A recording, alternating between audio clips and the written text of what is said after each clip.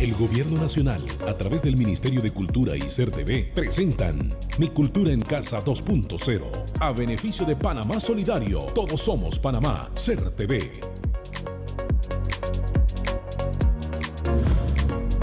Las arterias del imperio es un documental de la Universidad del Norte en Colombia.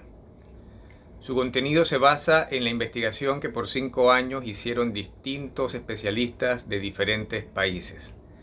La indagatoria se hizo en Panamá la Vieja, específicamente en su catedral, que es la primera catedral construida en el Pacífico americano. Entre los hallazgos es que brindan nuevas informaciones y nos invita a reflexionar sobre cómo era realmente la vida en la colonia en aspectos específicos como el papel social y económico de las mujeres, de la comunidad originaria, de los negros esclavos, de los mestizos y de los mulatos.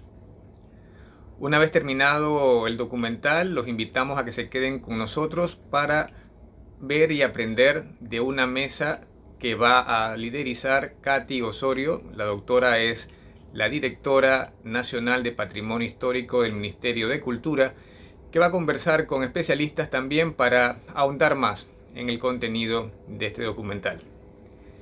Esta proyección forma parte de las celebraciones del primer año de existencia del Ministerio de Cultura que ocurrió ayer sábado 15 de agosto. Esta programación también integra lo que ya llevamos más de 140 días, que es Mi Cultura en Casa, una iniciativa del Ministerio de Cultura con CERTV. Toda nuestra programación familiar de diversos temas que incluyen eventos, espectáculos y demás, también los puedes disfrutar en cualquier momento del día o de la noche a través de las redes sociales del Facebook y del YouTube del Ministerio de Cultura. Entonces los invito a que realicemos un viaje al Panamá colonial.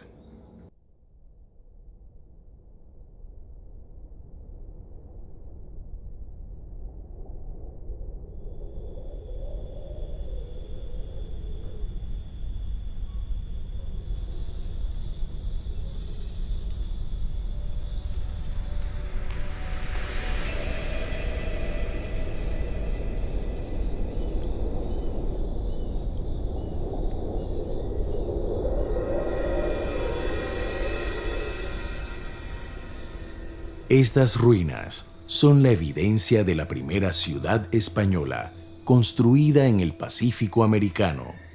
Siglos atrás, una comunidad indígena habitó este lugar. Su estilo cerámico marcó una estrecha relación con poblaciones del noroccidente colombiano.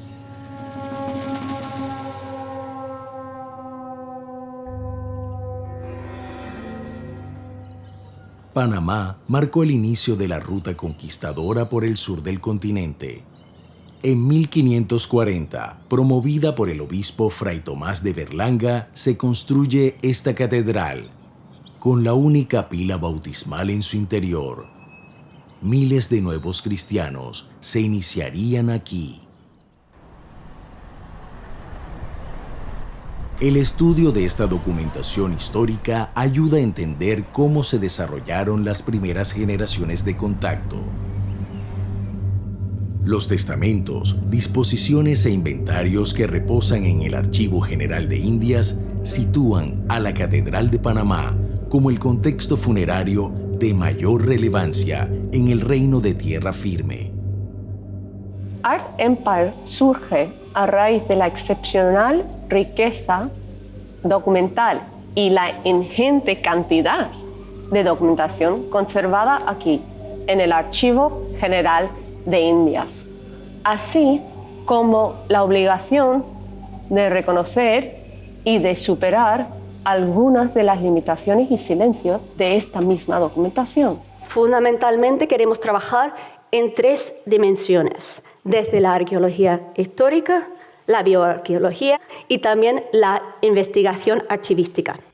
Contrastar el acervo histórico con la evidencia científica puede revelar aspectos no conocidos hasta hoy.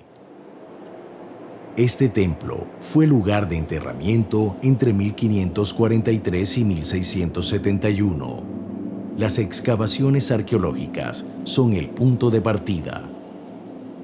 La idea que tenemos es justamente comparar los enterramientos que están dentro de los que están afuera de la catedral, en términos de disposición, de características, porque se asume que la gente que se entierra afuera es de menor capacidad adquisitiva y entonces es bueno tener una muestra mucho más amplia y más diversa de esa población colonial de Panamá Viejo.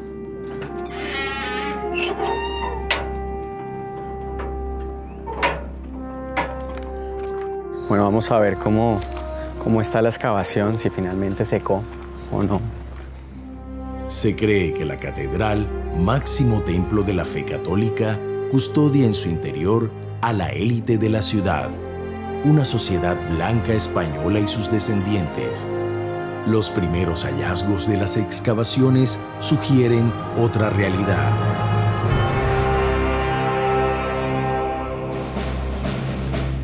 La mayoría de los cuerpos están ubicados con los pies dirigidos hacia el altar de la iglesia. Eso señala que eran feligreses, pero también hemos observado que hay enterramientos que señalan una posición inversa, o sea, con el cráneo hacia el altar de la iglesia. Algo interesante que también apareció asociado a los cuerpos fueron elementos como amuletos, que hace parte de otra serie de creencias mágicas y que nos muestra cuál era la idea que tenían estas personas alrededor del evento de la muerte. La posición de las manos, por supuesto, creemos que está vinculado también al origen social del individuo, a sus creencias también. Para los objetivos del proyecto es importantísimo identificar los orígenes de esta población, porque estamos mirando los procesos de primera globalización y de circulación de personas.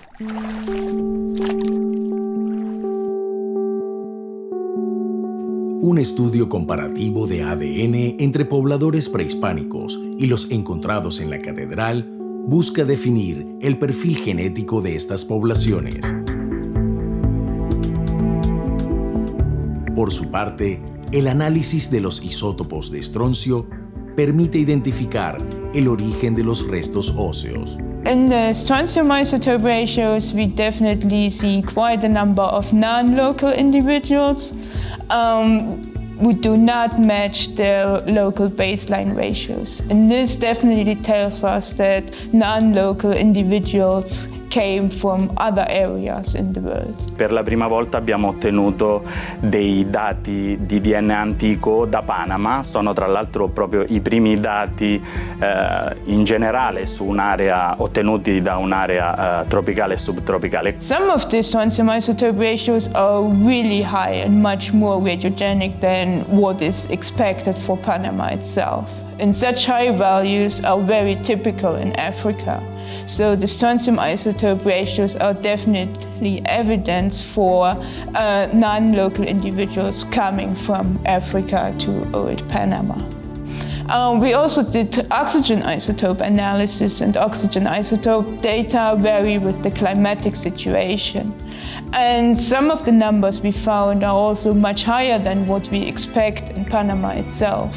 And this also confirms the strontium isotope evidence for non-local individuals coming from Africa.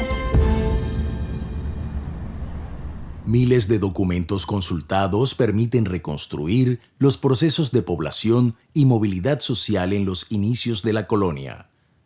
Del material histórico hallado, 3 mujeres se relacionan con la catedral.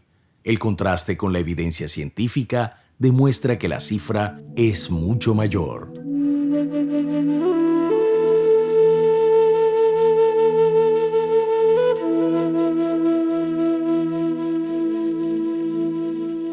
Evidentemente, desde la historia, el protagonismo que ha tenido el hombre ha sido evidente, pero la mujer también fue protagonista en varios de los procesos sociales, culturales, en la vida cotidiana que tenían esas poblaciones.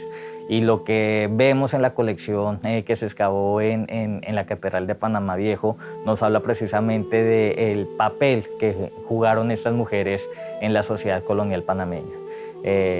y también mujeres que tenían diferentes procedencias, mujeres indígenas, mujeres europeas y mujeres africanas, que entraron a interactuar en Panamá y configuraron una serie de elementos bien interesantes. La mayoría de cuerpos hallados en la catedral corresponden a mujeres. Una de esas historias desconocidas reposa en el Archivo General de Indias. El caso contra don Agustín de Riveros, clérigo, presbítero y mayordomo de la fábrica de la Catedral de Panamá, evidencia que María, una de sus esclavas, es quien realmente gobierna su casa, imparte órdenes y administra la venta en los hatos, todo desde el anonimato. Ha estado y está de muchos años a esta parte públicamente amancebado con una esclava suya llamada María de Riveros, en la cual tiene 4 hijos y al presente está criando una niña a los pechos, teniéndolos a todos de una puerta dentro y durmiendo en el aposento y recámara del dicho don Agustín de Riveros. Comprobada su falta de celibato, don Agustín de Riveros otorga libertad a María y es apartado de la fábrica. Esa consideración social de don Agustín y María refleja un grado de aceptación de las relaciones interétnicas en el entorno urbano. Conjuntamente con María, don Agustín volcó los provechos de su actividad económica en la Plaza Mayor y Catedral de Panamá.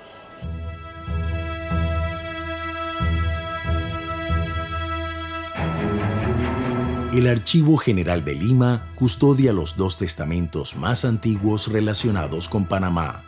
El primero, escrito por el conquistador Juan Díaz Guerrero. Cuando hizo su testamento, en 1541, declara tener 2 hijas naturales mestizas.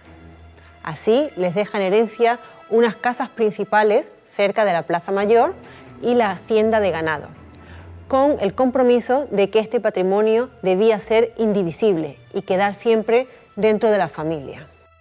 Mantener la herencia unida genera un largo pleito entre las hermanas, sus primeros y segundos maridos.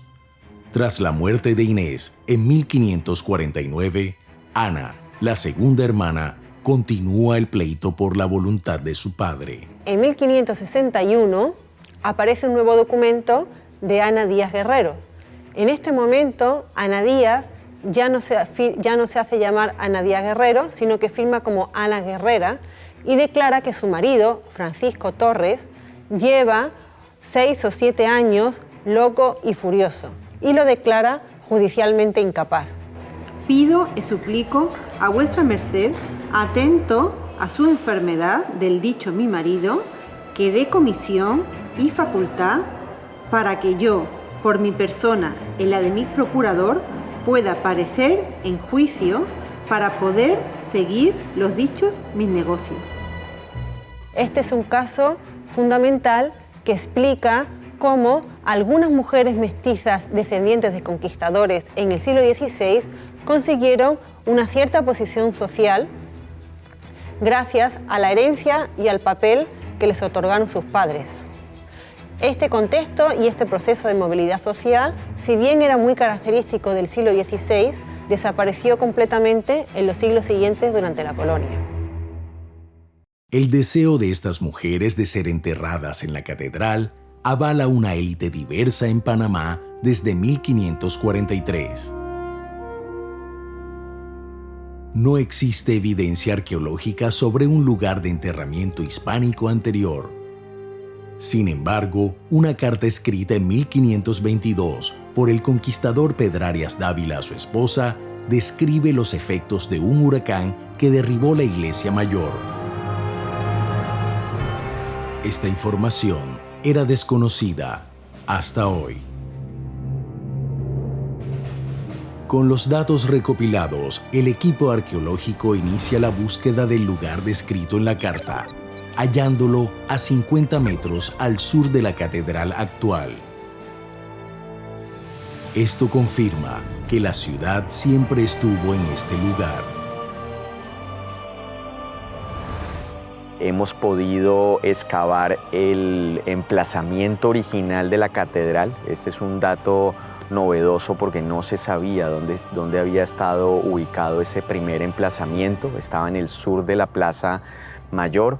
Allí sabemos que entre 1519 y 1541 estuvieron enterrando gente. Y efectivamente, por las estructuras funerarias que se lograron identificar, parece que corresponde al primer emplazamiento que tuvo el templo en Panamá Viejo.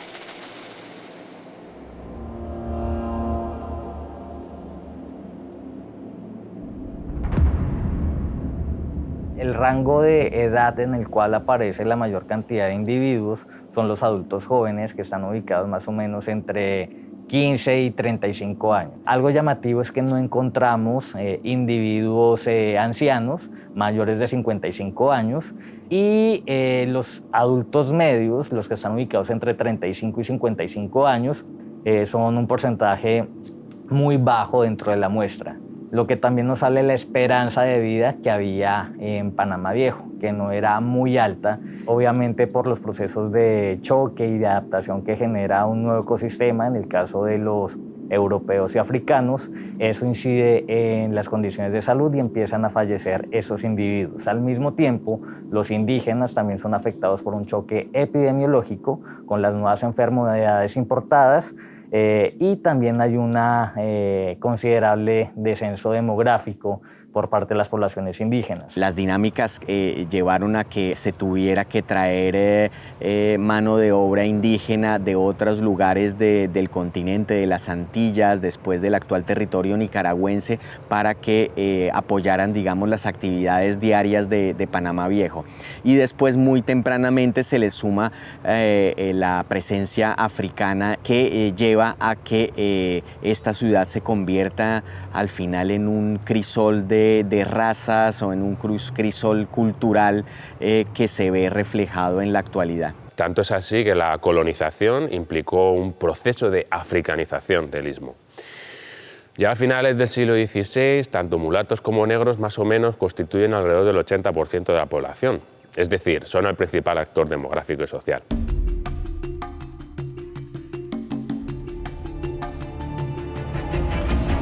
Para las poblaciones coloniales era muy importante reproducir sus estilos de vida europeos en América.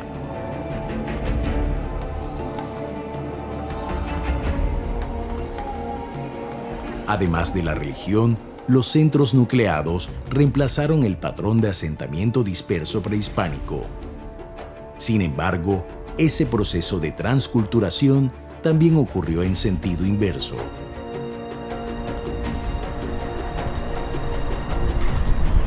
El análisis de los restos microscópicos de almidón y otras partículas extraídas del cálculo dental de los cuerpos permite identificar el tipo de plantas que consumieron.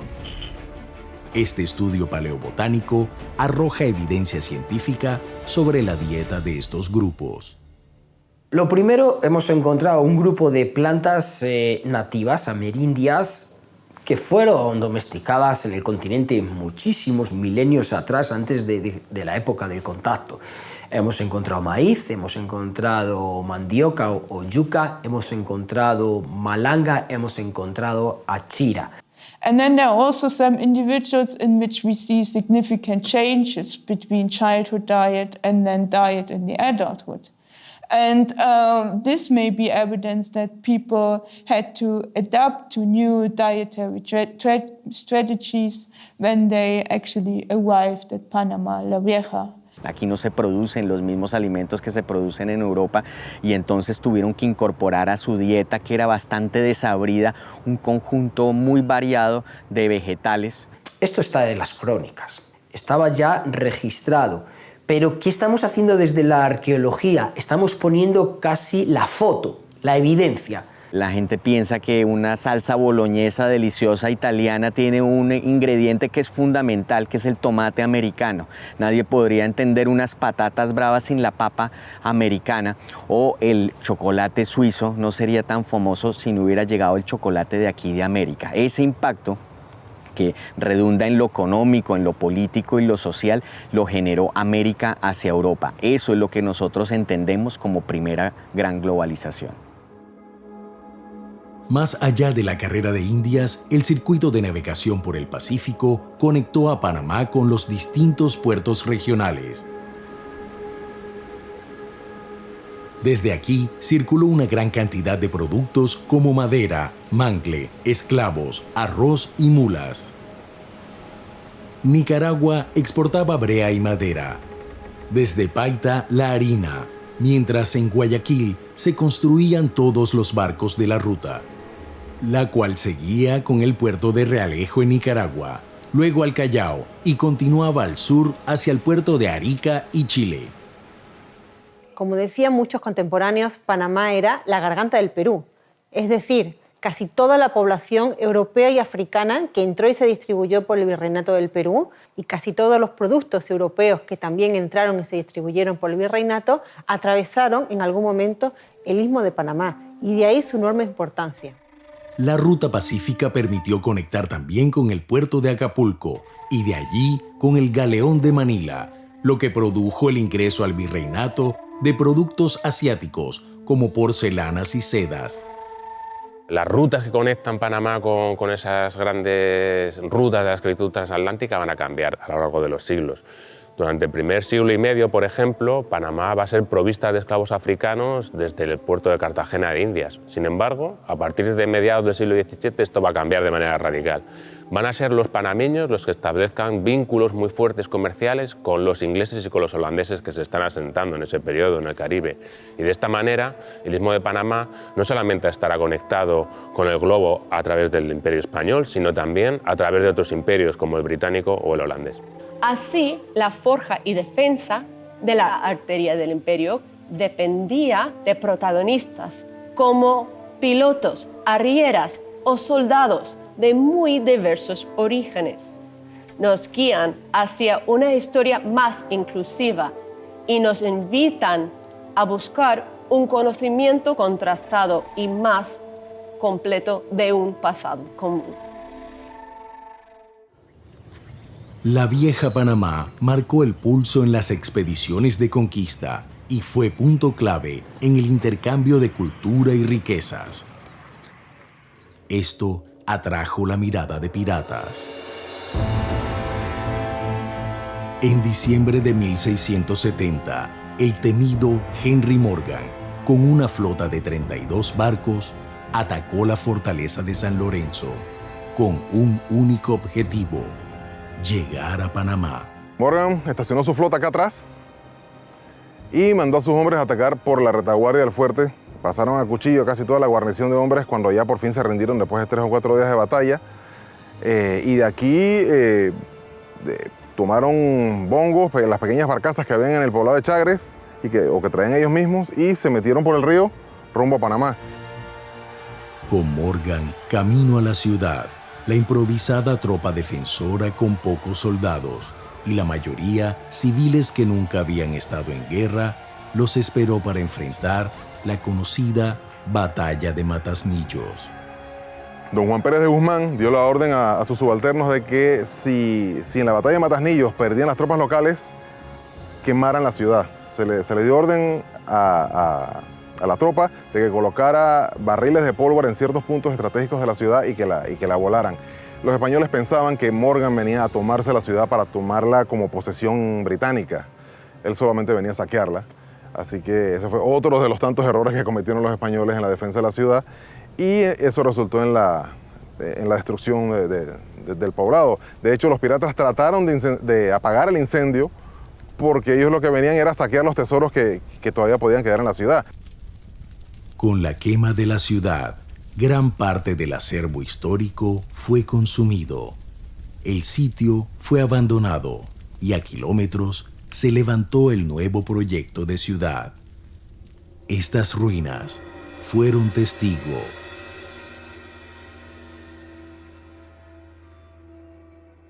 Hay quizás un mito que tenemos y que nos enseñan en la escuela cuando aprendemos sobre historia americana, es que nos dicen que era una sociedad jerarquizada y además diferenciada por el color de la piel, y en donde hay unos espacios en los que solamente están los europeos blancos, los criollos, que son ya los nacidos en América, tienen otra condición, y los mestizos de distinta índole van a moverse en otros lugares y bajo otras normativas.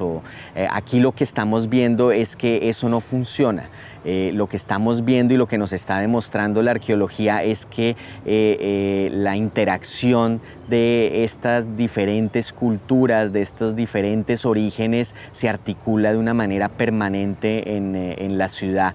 La presencia de mujeres africanas enterradas en el interior del templo nos habla precisamente de cómo las mujeres africanas tenían acceso a una serie de espacios que inicialmente pensábamos eran exclusivos para los europeos. Para nosotros esto enriquece esa vida social, esa vida cultural, esos grupos humanos que residieron en esta ciudad. Muy probablemente gran parte de esta población africana no era esclava, era población libre, que participaba en estas actividades, incluyendo las comerciales en la ciudad de Panamá. Así que allí estamos reescribiendo la historia a partir de la cultura material y de los restos óseos humanos, que obviamente intentamos cruzar con la información que nos proporciona la historia.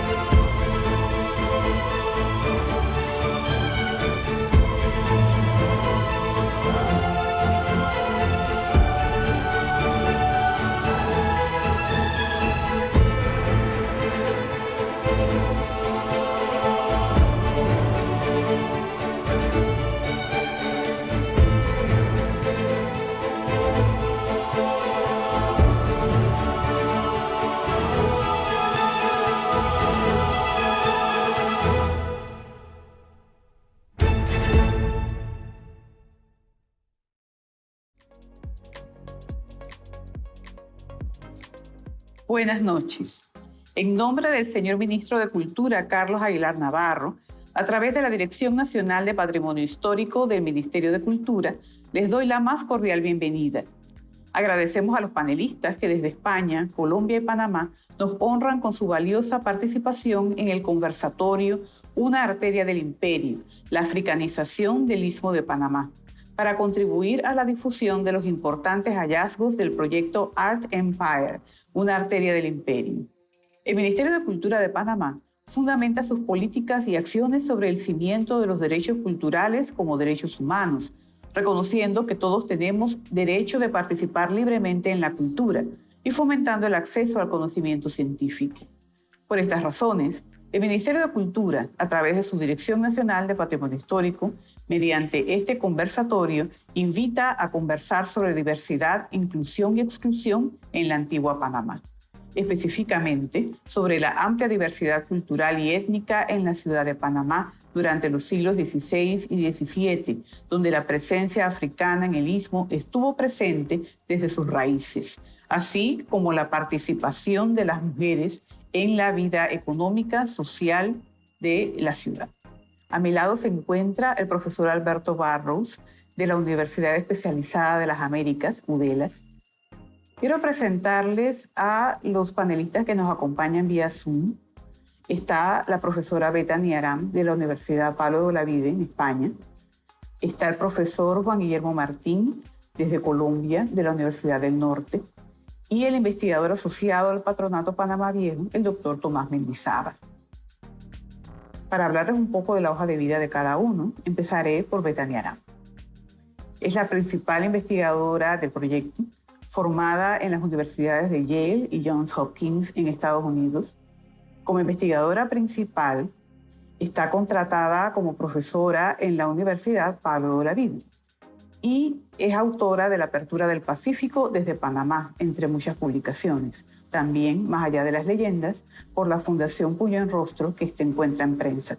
Asimismo, ha publicado artículos en diversas revistas científicas como el Journal Global of History. Conjuntamente con Bartolomé Yun Casalilla, editó el tomo Global Goods in the Spanish Empire de 1492 a 1824. Circulation, Resistance and Diversity en Palgrave Macmillan en 2014. Asimismo, el profesor Juan Guillermo Martín, el líder del grupo de antropología del proyecto, es antropólogo por la Universidad Nacional de Colombia, con diploma de estudios avanzados en arqueología y doctorado en patrimonio histórico y natural de la Universidad de Huelva, en España. Posee amplia experiencia en arqueología histórica, participando y dirigiendo proyectos en Colombia, Panamá y Cuba, incluyendo la coordinación del proyecto arqueológico Panamá Viejo del año 2000 al año 2010, y ha sido investigador del Smithsonian Tropical Research Institute desde el año 2007, bajo la dirección del Dr. Richard Cook. Es miembro del International Committee on Archaeological Heritage Management desde el año 2011 y actualmente es director del Museo Arqueológico de Pueblos Carib, Mapuca, y profesor e investigador de tiempo completo en la Universidad del Norte de Colombia. Y también el doctor Tomás Mendizábal, que es investigador adjunto del Patronato Panamá Viejo, arqueólogo consultor independiente, doctor en arqueología por el Instituto de Arqueología de la University College en Londres. Es investigador asociado en el Instituto Smithsonian de Investigaciones Tropicales en Panamá y fue arqueólogo contratista para el programa de ampliación del Canal de Panamá. Ha sido director del Museo Antropológico Reina Torres de Araúz y arqueólogo de la Dirección Nacional de Patrimonio Histórico, así como ha participado en el Patronato Panamá Viejo, donde también es investigador asociado. Entre sus últimas publicaciones se encuentran el artículo Pasado, Presente y Futuro de la Arqueología Panameña en Cuadernos de Antropología del año 2019, con el doctor Richard Cook y Juan Guillermo Martín como coautores. El profesor Alberto Barros, de la Universidad Especializada de las Américas, UDELAS, es licenciado en Derecho y Ciencias Políticas por la Universidad de Panamá. Ha sido conferencista nacional e internacional y docente universitario y consultor de la Oficina del Alto Comisionado de las Naciones Unidas para los Refugiados, ACNUR, y del Instituto Interamericano de Derechos Humanos. En 2009 animó la creación del Observatorio Panamá Afro, Dr. George Priestley, además de numerosos artículos en prensa nacional e internacional, y es autor de No me pidas una foto, develando el racismo en Panamá del año 2001, Piel Oscura, Panamá, ensayos y reflexiones al filo del centenario en el año 2003, y La variable étnica en el marco legal de Panamá en el año 2012. En 2014 fue galardonado por la Universidad de Panamá con la primera entrega de la Medalla de Honor Armando Fortune, en reconocimiento a su larga trayectoria en defensa de los derechos de las poblaciones afrodescendientes de su país y la diáspora. En cuanto a mí misma, pues muy brevemente les diré que soy arquitecta egresada de la Universidad de Panamá. Fui becada en 2 ocasiones por el Ministerio de Educación, Cultura y Deporte de Japón, a través de las cuales obtuve mi beca para una maestría en conservación de bienes culturales con especialización en edificios y distritos, y también un doctorado en estudios del patrimonio mundial por la Universidad de Tsukuba. Me he dedicado a la gestión pública, especializándome en la legislación patrimonial, y he trabajado en la Alcaldía de Panamá, ad honorem para el Patronato de Portobelo y San Lorenzo, también en el Instituto Nacional de Cultura, y en la actualidad me desempeño como Directora Nacional de Patrimonio Histórico para el Ministerio de Cultura. Entrando en el desarrollo del tema, quiero dirigir la primera pregunta a la doctora Bethany Aram. ¿Cómo se generó el proyecto Art Empire y cuáles fueron los objetivos del proyecto? Bueno, doctora, empezamos a soñar realmente con el proyecto como propuesta de investigación por los años 2012, 2013 y finalmente se presentó la propuesta al European Research Council en el procedimiento competitivo de Consolidated Grants en el año 2014. Después de varios viajes a Panamá, conversaciones con colegas, algunos de ellos aquí presentes, y también conversaciones pues, con los expertos en el Patronato Panamá Viejo, que amablemente pues, nos ofrecieron todo tipo de colaboración y facilidades, y también, por supuesto, con las autoridades nacionales de Panamá, cuya colaboración y apoyo, permisos, etcétera, agradecemos para hacer posible, factible la investigación.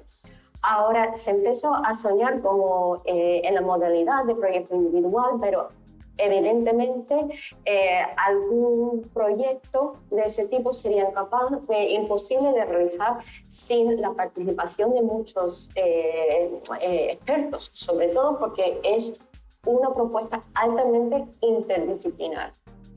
Yo soy historiadora, pero desde la historia carecemos de la verdad absoluta para hacer investigación de frontera, para probar nuevas hipótesis y contrastar nuevas perspectivas. Entonces, realmente hemos tenido la enorme suerte y fortuna de tener colaboradores como arqueólogos y otros especialistas que nos hayan podido pues, aportar toda su experiencia y su conocimiento, y realmente para hacer lo que nos pide ese tipo de financiación, que es crear conocimiento nuevo.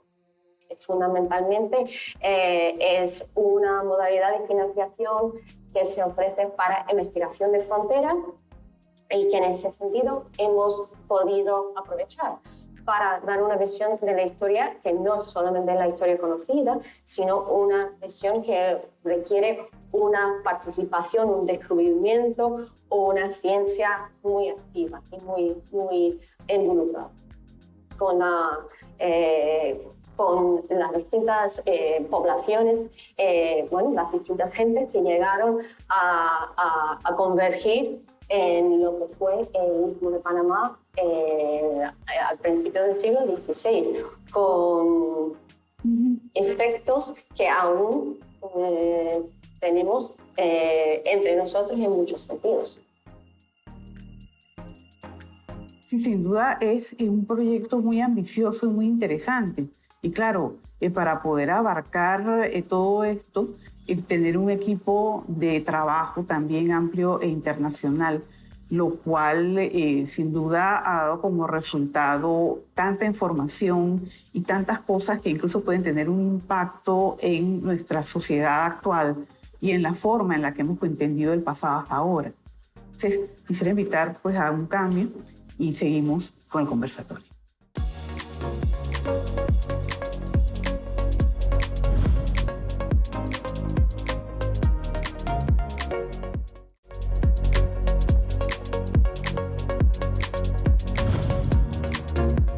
Estamos de vuelta con más del conversatorio Una arteria del imperio, la africanización del Istmo de Panamá.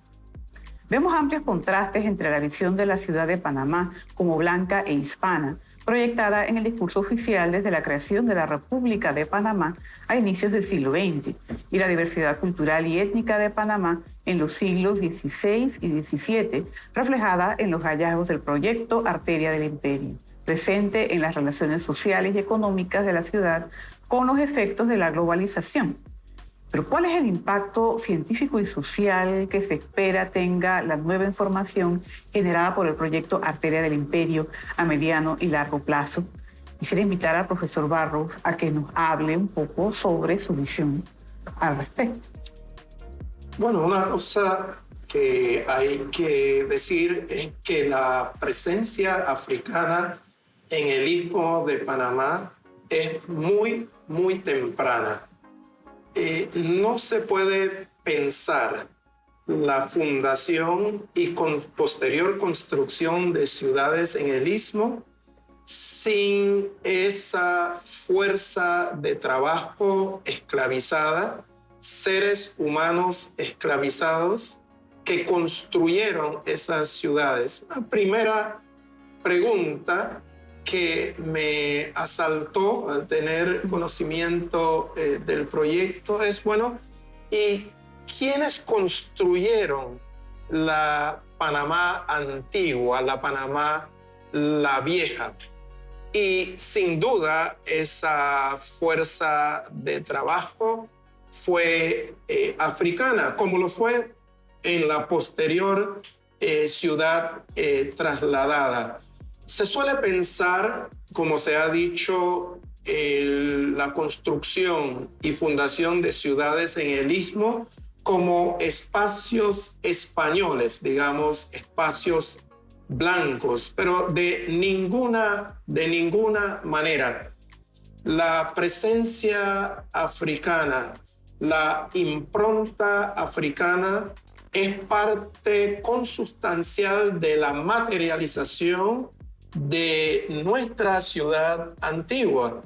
De manera que me pareció pero muy interesante que el proyecto colocara a todos los actores, sin exclusiones, subrayo, a todos los actores sociales, constructores de esa primera formación económico-social en el Istmo de Panamá. Eso me asaltó muy positivamente desde un inicio, la visibilización de todos los actores sociales.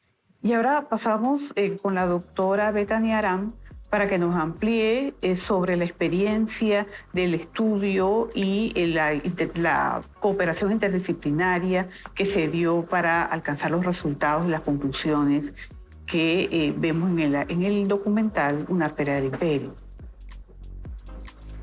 La idea ha sido crear espacios de conversación y de intercambio para contrastar pues, los distintos resultados de distintas especialidades de investigación, como son la arqueología, la genética y los análisis isotópicos, entre otros.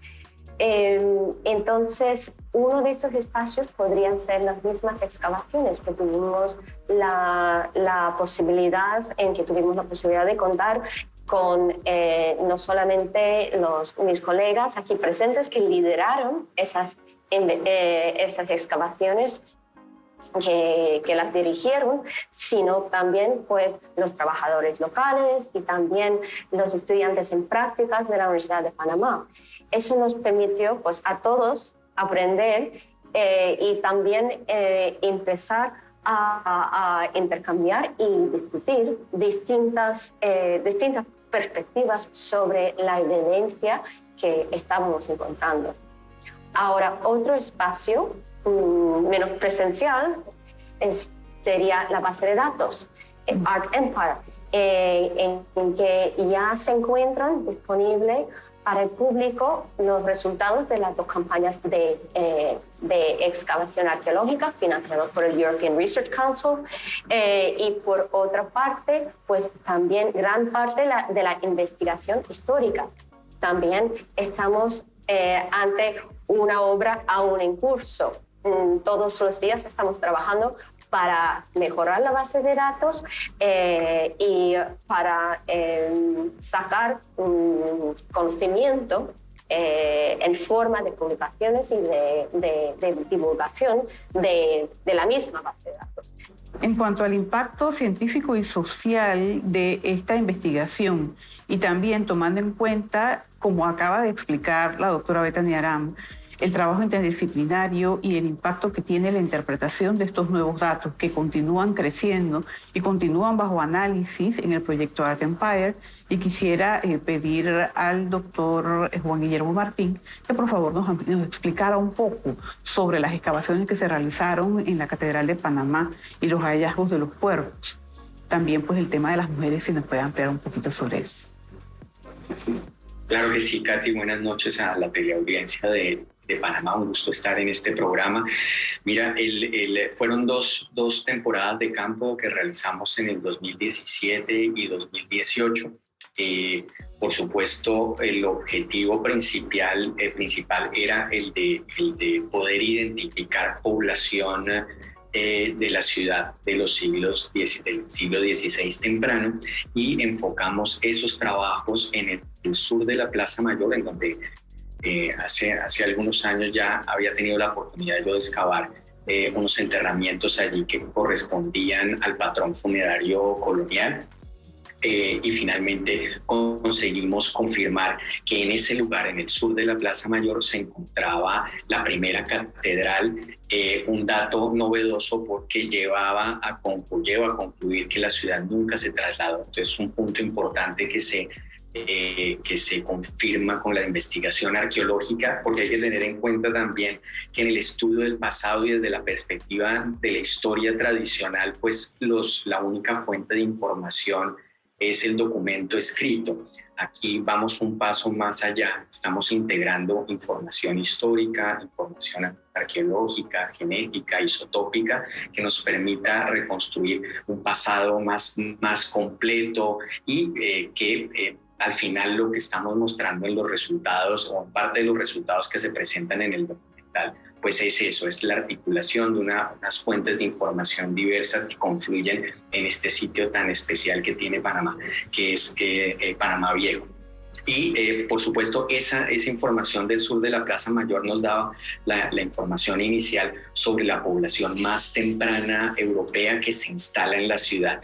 Y después ampliamos las excavaciones que ya se habían hecho en el 99 y en el 2000 en la catedral, las ruinas de la catedral de Panamá Viejo, y logramos recuperar una cantidad importante de información bioantropológica que ya nos permite hablar del perfil poblacional de la ciudad y que nos da una idea muy distinta a lo que normalmente la gente sabe y se les enseña en la escuela, ¿no? O sea, el hablar de Panamá Viejo como una ciudad española, blanca, hispana, cuando lo que estamos viendo es otra realidad, y es la presencia superior de población africana esclavizada, y alguna incluso no, que es protagonista de la actividad social de la Panamá del siglo XVII.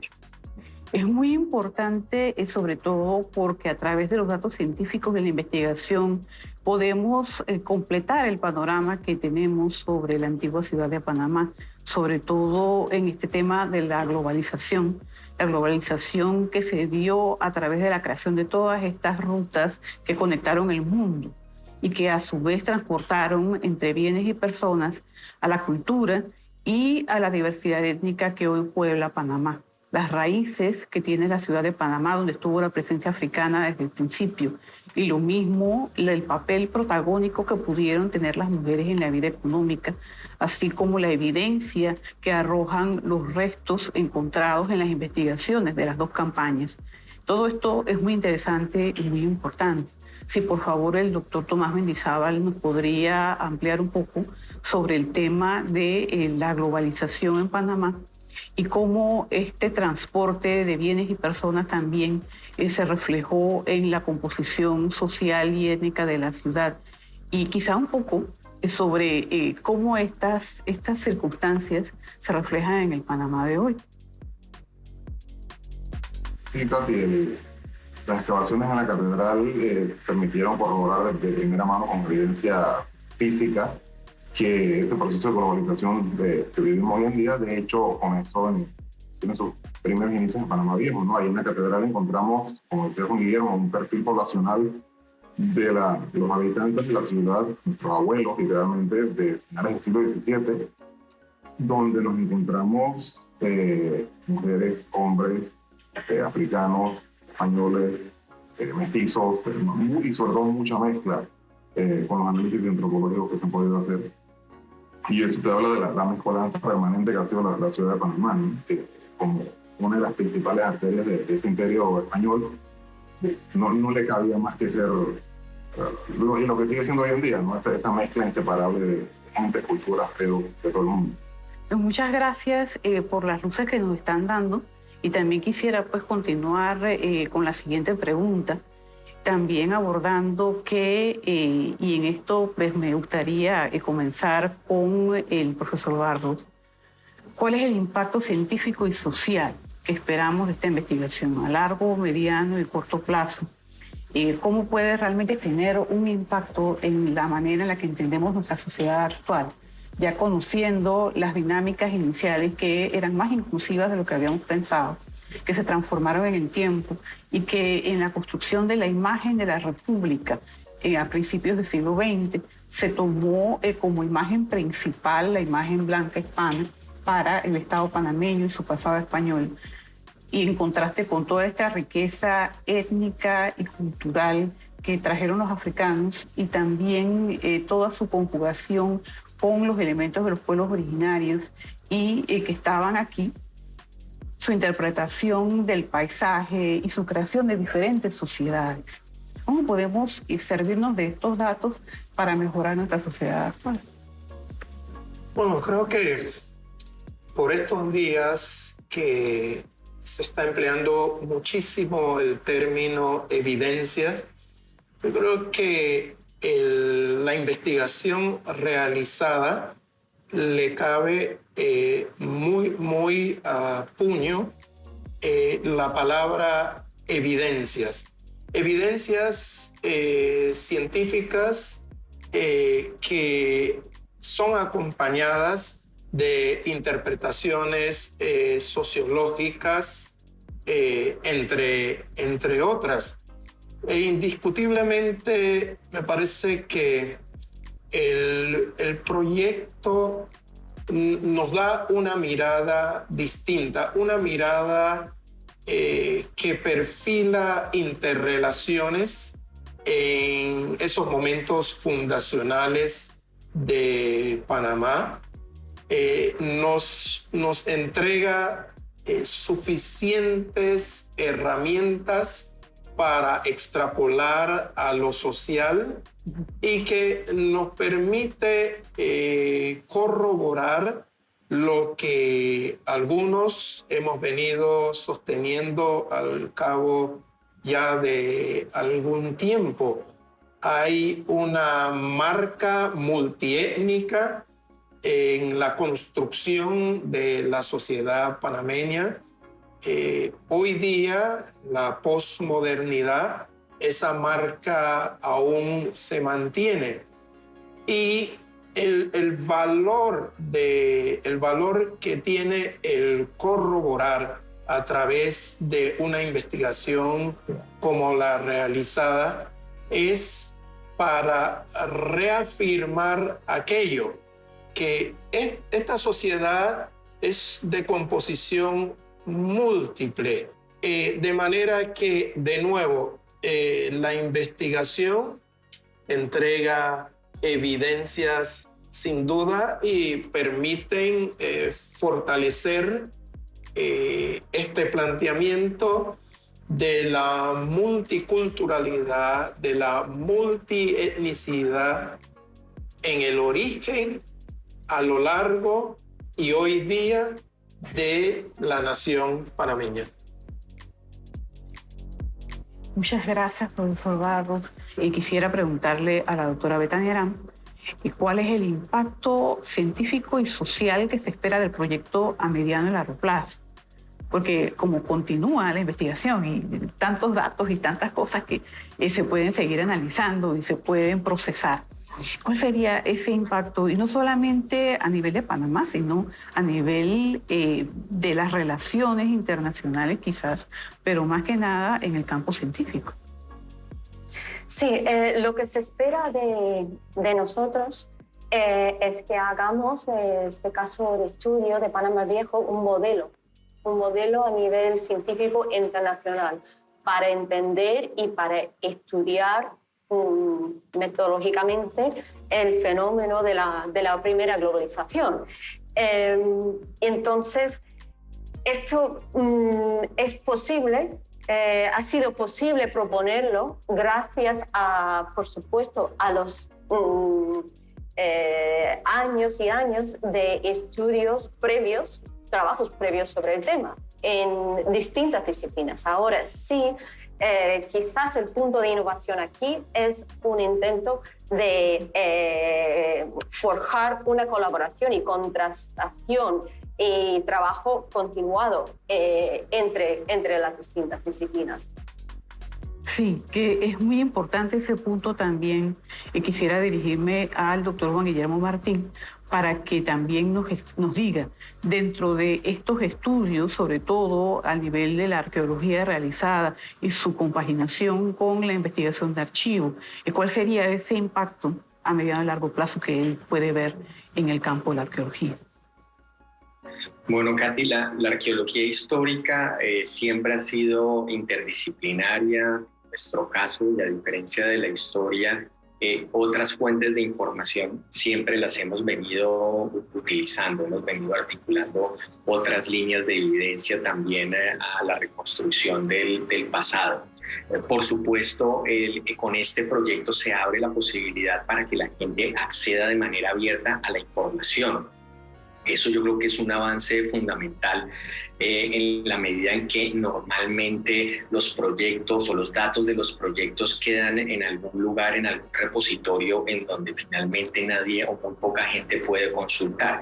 Aquí la idea es que nosotros generamos datos que articulamos e interpretamos de una manera, pero también somos lo suficientemente claros y honestos para decir aquí están los datos y están abiertos para que otros investigadores los vean, los analicen y a lo mejor contradigan los resultados o las interpretaciones que nosotros estamos haciendo en este momento. Eso es parte del desarrollo de la investigación científica. Así que también quisiera pedirle al doctor Tomás Mendizábal que en aras pues del proyecto realizado y sobre todo en la visión que se tiene hacia Panamá Viejo, los datos que se han manejado hasta ahora y la inclusión de nuevos datos en la red de la que forma parte como una arteria del imperio en la ciudad de Panamá como un nodo logístico ya desde sus primeras épocas, que movió pues tanta carga importante, no solo de bienes y personas, sino el peso de todas las influencias culturales que pasaron por el Istmo y que, en efecto, a través del esfuerzo multidisciplinar, pueden tener una visión caleidoscópica más próxima a la realidad que se vivió en aquel momento, de la cual, pues, a través de las investigaciones tenemos atisbos muy importantes, sobre todo con un proyecto como este. Fíjate, yo quería añadir a lo que acaban de decir mis colegas, que lo que esperamos, uno de los impactos que esperamos que tenga el proyecto, no solamente por la información nueva que ha generado, de los datos nuevos que dan pie a nuevas investigaciones y nuevas aproximaciones a este pasado. A mí me parece muy importante destacar el hecho de que, por ejemplo, ya tenemos 2 estudiantes de la Escuela de Antropología de la Universidad de Panamá que han sacado sus tesis de licenciatura con materiales obtenidos de las excavaciones de la catedral. Eso es clave. Hoy en día ya tengo 2 colegas nuevas y se acaban de graduar gracias al proyecto Open Fiber. A mí me gustaría ver ya como panameño a largo plazo en algún momento nos enteramos a hablar de las modificaciones del currículo escolar que se le da en mi colegio. Yo sufrí ese currículum cuando estaba niño y mis hijos lo ven hoy en día. Esa historia principalmente contada desde el punto de vista del español. A pesar de que la historiografía panameña se lleva décadas ya juntando el cuento como es, hablando de la diversidad y de los inicios de esta globalización y esta mezcolanza que estamos hablando aquí en Panamá, con los trabajos de Astillero, de Omar Suárez y muchos otros historiadores ya de la segunda mitad del siglo XX y principios de este siglo, que vienen hablando de este tema. Aún así, esa historiografía permanece en distintos académicos como el nuestro. Y ya es hora de que esa información, añadida con la nuestra, con lo que acabamos de encontrar, permee a la gente que tiene que llegar, porque a pesar de que a nivel académico y profesional sabemos, estamos claritos de que cuando vivimos en un sitio súper diverso, éticamente y culturalmente hablando, el panameño de a pie, común y corriente de todos los días, que va a la escuela, como yo, cuando estaba niño y con mi tío hoy día, le siguen tirando el cuento de que es una ciudad blanca. Entonces, ahí es donde yo creo que puede tener un buen impacto, sentándonos ya los historiadores panameños y los arqueólogos panameños a conversar aquí, tener una conversación con las autoridades y ver cómo se le mete la mano a este. Muchas gracias, doctor Mendizábal, y con esto quisiera pues dar de fin al conversatorio. Ha sido pues una experiencia muy amena y les agradezco de parte del Ministerio de Cultura con el señor ministro Carlos Aguilar Navarro su participación en este conversatorio, una arteria del imperio, la africanización del Istmo de Panamá.